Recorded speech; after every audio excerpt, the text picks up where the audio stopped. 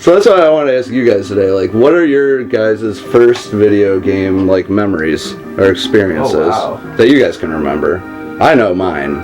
I don't. It's not my first, but I remember I was about 5 years old, and you and Dad went somewhere for about an hour, and that's like a long time when you're that old. And so I remember you guys disappearing for a long time, and you come back, and we moved. I see this. You guys put this gray rectangle on the table, and I was like, "What is this?" And sure enough, it was the PlayStation 1. And that's when we got Rebel Assault 2. Rebel Assault 2. Yeah. I mean, we were Star Wars junkies as kids. Well, no, we had to have been older than that. I don't know. It came out in 95, 96. I mean, we that's 6. That's about it was the year. Then you were probably 5 or 6. I was old. I wasn't young, and I remember playing like Nintendo and Super Nintendo at like 2 and 3. But I don't, that's the one that sticks out in my mind is bringing that big just seeing that big ass PS1 box and like seeing weather effects on Madden for the first time. And do you remember how confusing it was for us when it told us to change discs? We were like, what the? And we'd always turn the power off. Yeah, and lose all our progress. Lose everything because we just didn't understand. And we'd rent games a lot, so like we'd always be like, oh, this game's 3 discs. Let's rent this one. That's crazy. Next thing you know, we're playing disc 1 over and over and over. Yeah, we weren't too smart. But yeah, seeing the snow in Madden, I don't know why it sticks out, but it does. Cool. When I was little, my cousins had a Nintendo, an original NES, and I remember playing Double Dribble and Baseball Simulator over there. Oh yeah, the original Baseball Simulator 1000 for NES. And not being allowed to play Adventure Island because the 4 of them collectively decided that it was beyond my ability level. Might have been a good thing. He's not smart enough. So the controller, I got skipped in the controller rotation because it would have been an automatic loss of a guy. Oh man. Well, that game's pretty. I mean, that game is hard. That game's hard I talked about that in episode 1. So that's rough. My first video game memories are with NES, which is probably the case for a lot of people that are 25, which is how old I am. Yep, my first video game memory. What is yours? What's your big memory? The first system I ever played was Atari 2600 because my dad had one, and I played the shit out of Asteroids, and like that was cool, but like my first really big gaming memory is playing Teenage Mutant Ninja Turtles for the Nintendo Entertainment System. Oh, not the first one. Yeah, the first one. The first one made by Ultra Games. Yeah, the first one. My brother and I rocked the shit out of that game. Yeah. I remember playing that distinctly in my Teenage Mutant Ninja Turtle green tent that I had. That was set up in our basement. It was our basement at the time. Oh, that's right. That's when we had in Minnesota. So this is 20 plus years ago. This is when they lived in a tent in the woods in Minnesota. yeah, apparently that's what it was. We ate squirrels. The basement was like the drainage basement. It had an outlet. It was our neighbor's outlet, actually. We had to do what we had to do to survive, boys. But definitely Teenage Mutant Ninja Turtles 1. I just remember playing that with my dad. Staying up like all night playing that and Super Mario Brothers with my dad. That's funny that you say that because now I have the true gaming memory was actually with Dad as well. I remember playing Donkey Kong Country 1 like with Dad. Like I don't know, I'll just never forget playing that game with my dad. And like to this day, I was playing Country 2, and he walks in just to say what's up, and he's like, oh, the good old Donkey Kong. Yeah, he loved these games. He's like a 65-year-old guy, he's pretty old. He's not that old, but he's an older guy, so you'd never expect it. And I was like, man, this level's hard as hell. And he's like, shut up, pussy. Like, he was really good at it. I was like, damn, Dad. Like, yeah, our father's a little abrasive. But anyway, like the bottom line is playing a game, I guess, maybe with your dad. Like, I can't wait to do that with my kids, because I know they'll never forget it, You'll never have kids. Yeah, that's true. Not if I have anything to do with it. You'll never have children. But I'll never forget that. That's got to be my true gaming memory. How about you, Landon? Does any stick out for you? Air Raiders for the 2600. Oh man, bringing it way back. Yeah, it had like the altitude and like the level, but like I didn't understand that at like 3 years old, so I just like fired at everything. You thought it was like a crosshair? Yeah, including like clouds.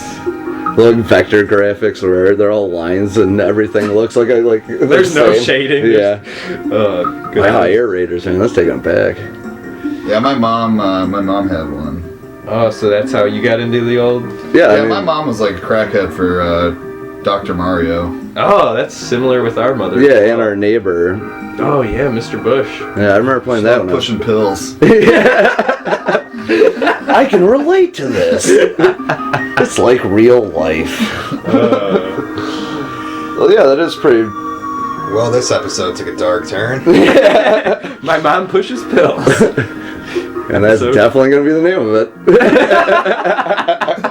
Well, it's all down here from here, guys. Alright, I'm just going to throw away the sheet I have right now. Just shred that shit. Oh, man. Oh, another thing we were going to talk about, Axley for the Super Nintendo. Konami made so many good games on the Super Nintendo, it's ridiculous. And this, to me, is their best shooter, which is saying something. You got Gradius 3, you got... UN Squadron wasn't them, but I mean, in terms of shooters on the NES, or the SNES rather, I'd pick Axley. Soundtrack, holy shit. One of the best soundtracks I've ever heard. He just showed it to me the other day. I'll listen to that soundtrack, you know, I'm not even playing games. It's just good music. It's awesome. And the game is so cool. Oh, yeah, you can get... so many innovative things. We're going to do a video review. That's what we're talking about right now. We're going to do a full video review of it. Don't talk about it too much. I guess. We just wanted to give you guys, a heads up of, games that maybe you haven't heard of. I had never heard of it. If you see it at your store, pick it up. Yeah, and especially from such a big name as Konami, I was surprised I'd never heard of it before. It's pretty much like, it's not the sequel to Life Force, obviously, but I mean, you can see where they got their ideas from Axley, from Gradius, and Life Force. Yeah, so it's a great game, so expect a review of that coming soon. It's... classic. Yeah. Another Konami classic. Yeah, definitely pick it up. Is this the first time you've played it? Yeah, I never played it as a kid, and I read all about the music online, and I downloaded this torrent file. It was 200 tracks of the best Super Nintendo music, which gave me an erection instantly. And so I was... so hard. I was going through it, and I mean... the music just stuck out, and that's like when I'm listening to like Chrono and Mega Man X and all those games, and it's something sticks out then, like I just had to buy it, and it was about $11 at our local game shop, which is, I would pay $30 for this, to be honest. It's that good. And that was a retail price, so... yeah, you could probably find it on eBay for like $5. Maybe cheaper, yeah. Never know. Amazon and whatnot, or if you see it out in the wild, definitely pick it up. But like, it was the first time for me playing it the last week, and I was really, really impressed. I guess rule of thumb, Konami and the Super Nintendo. Buy that shit. Yeah, for sure. Well, that goes right into what I was going to ask you guys. What do you think are the best... what company do you think is the best third... oh, shit! the third-party developer? There's two in my mind. Capcom and Konami. Yeah. And to me, Capcom just beats the fuck out of everyone. I mean, Street Fighter, Resident Evil, like, you could go forever. Dino Crisis. They're so Konami good. shit the bed trying to do 64 games, though. Yeah, I mean, look at Castlevania 64. Oh, yeah, Konami had a that dark was time, man. Bad. Yeah, you're totally right, Landon. Those games sucked ass. They were All of them on 64 were pretty fucking awful. Yeah. And they had right, and they, like, totally crushed it on the PlayStation. Oh, yeah. Metal Gear? Holy shit. Dude, Metal Gear Solid is like a work Maybe they of had, art. like, say they had Konami 100 stuff on people. the PlayStation. PlayStation. How you say PlayStation? Symphony of the Night. Yeah, dude. And then, yeah, that's such a good point, Landon. They shit the bed so hard on the You know what? 64. I don't know if it was like a licensing thing or what, but they really... It seems like they had decided- trouble developing the games for You know what I think 64. happened? Everyone did. No one wanted anything to do with it. Their so dev it's- kit yeah, must just be... That was a pretty famous, hard to develop for system. Yeah, their dev kit must just be, like, ridiculous then. My guess was there's 100 people working at Konami. They put like 95 of those people on Symphony of the Night. There's no way. I mean, that game's fucking great. And at the same time, you got 2 Castlevania games coming out within 1 year on the N64. Castlevania and Castlevania like Lords of Shadow or whatever.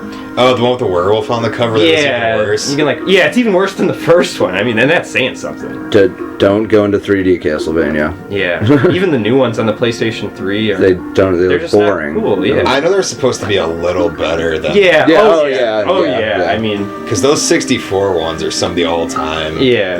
Those are You notoriously could poop bad. in your cartridge slot and have better results than those games. I mean, they're terrible. I was thinking Konami did Win Back, but that was Koei. Ooh, Winback. That's a fucking underground shooter. You know some Winback? Oh, No, Yeah, that I wasn't played a the whole shit out of that game. It's fucking impossible because it doesn't make any goddamn sense. Winback is hard. No, that wasn't a shooter. That was like a tactical shooter, yeah, It was like for the sure. first game you could like third-person shooter. like get behind. Yeah, it was like Metal Gear Solid for the N64, right? Yeah, but it was like totally bullshit. And Koei put it out. I thought Konami put it out. Koei, don't they make I remember Dynasty Warriors? Winback. Yeah. The main character was wearing like a navy blue. No, the underwear. Yeah, like the main slick character was blonde Hayden hair. Christensen. Was Hayden Christensen in Under Armour. Pretty much just like Iceman from Top Gun. He had like slick back blonde hair and like aviators on. Yeah, he might make our douchiest video. Oh yeah, he was. He was totally an '80s bad guy in like the late '90s. They just missed it. He'll definitely make our douchiest video game characters. Oh man, Winback, and there was a sequel Oh, to wow, Winback yeah, on that the is. PlayStation Really, 2. that's so unfortunate. It looks like he Winback, just like- wants to ruin like a famous Another movie franchise. Yeah. Yeah. Winback 2 was Kill Switch. Kill Switch. Oh man, Kill Switch. Get it, I can hide behind a box. It's just obscure PlayStation shooter. It's really fun. Yeah, but like mine will be Squaresoft and Capcom. Pretty hard to pick against Squaresoft. I mean, holy shit. They had some turds too, but Yeah, but I mean, look at the stories they've told. Like Chrono, the Chrono series, the Final Fantasy. if I can take it, Squaresoft's gonna be yours, Nick. Yeah. I was about to ask Nick, and then I was like, well, I know there's no point. if you've listened so far, you know his answer is gonna be. well, tell us why. Yeah, why? Why do you love Square so much? I mean, Is it the storytelling abilities? the storytelling and RPGs are my favorite genre of game. Music. I mean, the music, great. The graphics, great. Yeah. Just the sheer weirdness sometimes. Yeah, they it's are there. really quirky. Yeah. You know, I have a soft spot for that. Yeah. And just you the know, right amount of maybe collective I forgot that some of those women were video game characters sometimes. No comment. Man, this is taking a really dark turn. Well, so far we've learned that Moms sell pills and Nick enjoys digital PlayStation women. But don't we all? The merger between them turning into Square Enix did not deter him whatsoever. No, that actually made me like it more because I'm like a big fan of like Enix weirdness. Oh, yeah. Once they merged, all those really slutty pictures of Lara Croft came out. yeah. Leaked. They leaked. The sex tape came out. Oh, they leaked hard. Get into some hard hentai. You Anyway, guys took this in a different direction than what I meant. But He's No, talking- we're just messing with you. he's talking about stories. We're talking about hentai. Same thing, right? Anyway, Yeah, I figured you were gonna say Square, so. how about you, Landon? Anyone stick out that just pumps them out for you? I need another bottle of wine. I guess Well, we're gonna run Sutter to. Home is his favorite developer. Well, we're gonna run to the store and get Landon some more wine. So. that or he'll Thunder drive. Home. I like Big House. Please send me more bottles. So, as always, thanks for listening, guys. Keep coming back. Super Rad Podcast number 6. I'm Tooth. I'm Nick. I'm Mike. Don't tell your parents. And Landon fell asleep. I think he bought the big one. Perfect timing. It's the video game podcast Dennis Kucinich does not want you to know about. It's not gonna get any better than that. No, that might be the name of the episode now. As always, subscribe on YouTube. YouTube.com/official super rad and follow us on Twitter and Facebook. So We'll send Dennis after you if you don't. thanks a lot for listening, guys. Get rad. Stay rad. It's all downhill from here.